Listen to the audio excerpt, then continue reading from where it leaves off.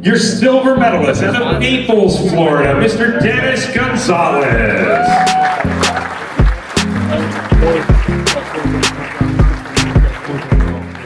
And your champion from Los Gatos, California, average pace of 19.67 miles an hour. Give it up for Max Rye.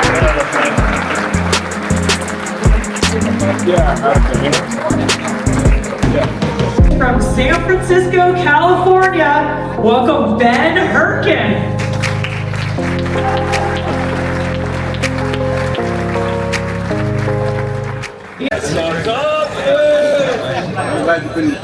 Yes. Everybody else don't let Wenzel fool you with this lame air out of his spot. Where'd it go? Go right there. That pump is not as good as this pump. That guy's not as good as this guy. Whatever Bobby says is inaccurate. Look at the chamber. So much less efficient than this pump. Never leave this man alone with your partner. Never leave Bobby alone.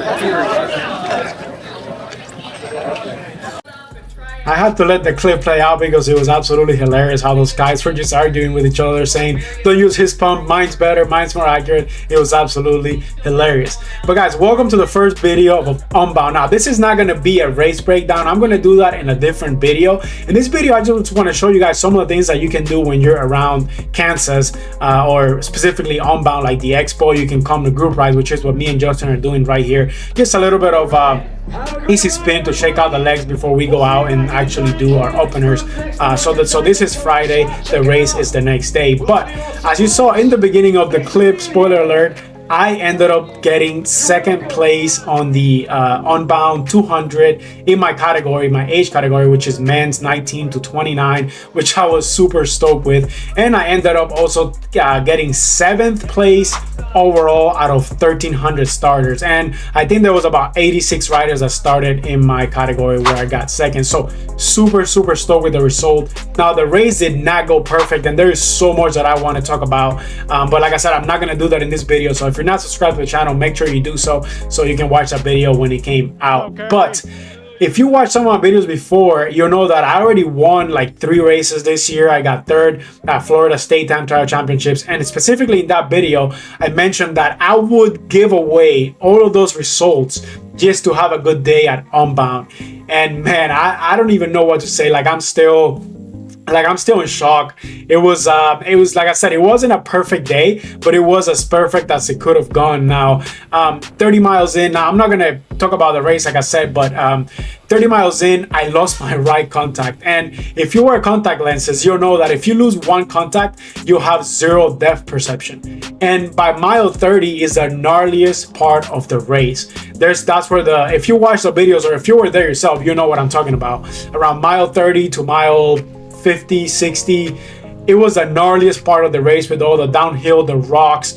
I still don't know, guys, how I didn't crash, how I didn't fly. I was super lucky. So in that part, I was very grateful how my race went. But because of me losing that contact lens, coming out of feed station 70, I was still in the lead group, which I was very happy with. I felt super strong. I felt like I was climbing so well. I'm from Florida, right? So we don't have any climbs and things like that here. So when I go to a race that has a lot of climbing, like this race was 200 miles, 12,000 feet of climbing. So when I go to a race that has this much climbing, it's kind of like unknown for me how I'm going to feel on the climbs because it's not something I'm used to. So I was very surprised on how good I felt. I was still in the lead group at mile 70, and unfortunately the guy I was following coming out of the feed zone missed a turn. And honestly, it was my fault. I should have looked at my own Garmin, right?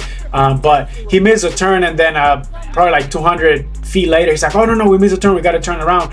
So when we turned around, we made the left. We're still on pavement, but because I was missing that contact, I couldn't see. He took the corner really wide, but I couldn't tell why. I took it a lot closer to the apex of the corner than he did.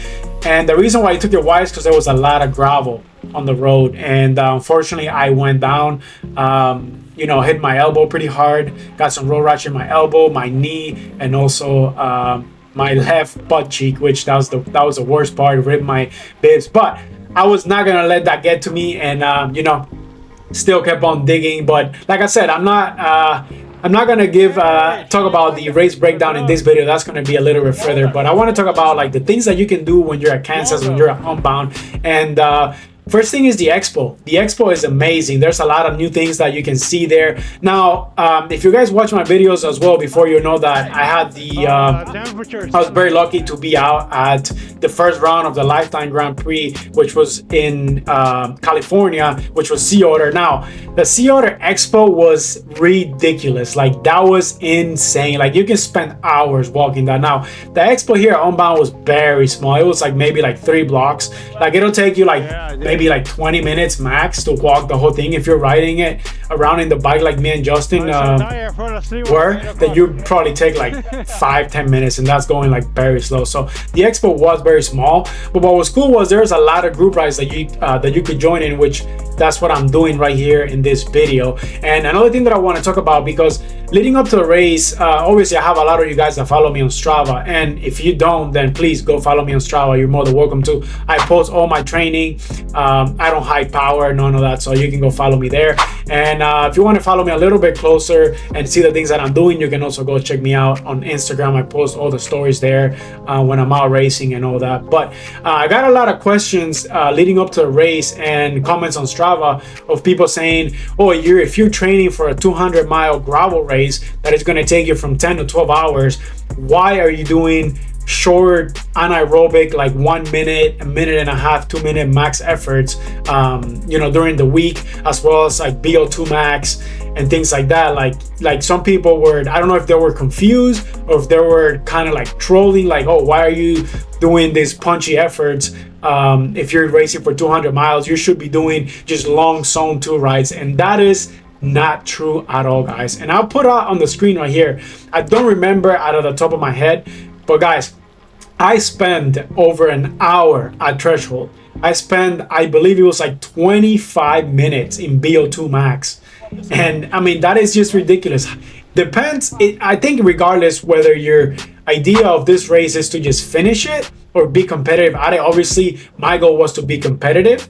But even just to finish it, some of these climbs, guys, there were like 20-25%. Like, there is no way you're sticking to your zone 2 to get up these climbs. You're gonna have to go anaerobic. You're gonna have to do a lot of VO2 max. You have 12,000 feet of climbing throughout this race. So if you guys want to see more of the training that I did leading up to it and why I did it, please go down in the comments and let me know, and I'll be happy to show you guys exactly what I did and why I did it. Like I said, it was an incredible race. It was an incredible experience. It was just fun overall. But I'm gonna do a better race breakdown soon, so subscribe to the channel if you're not. And I will also be covering my nutrition leading up to the race, before the race, and all of that. So guys, thank you so much for watching. I appreciate every single one of you, and I'll catch you guys on the next one. Peace.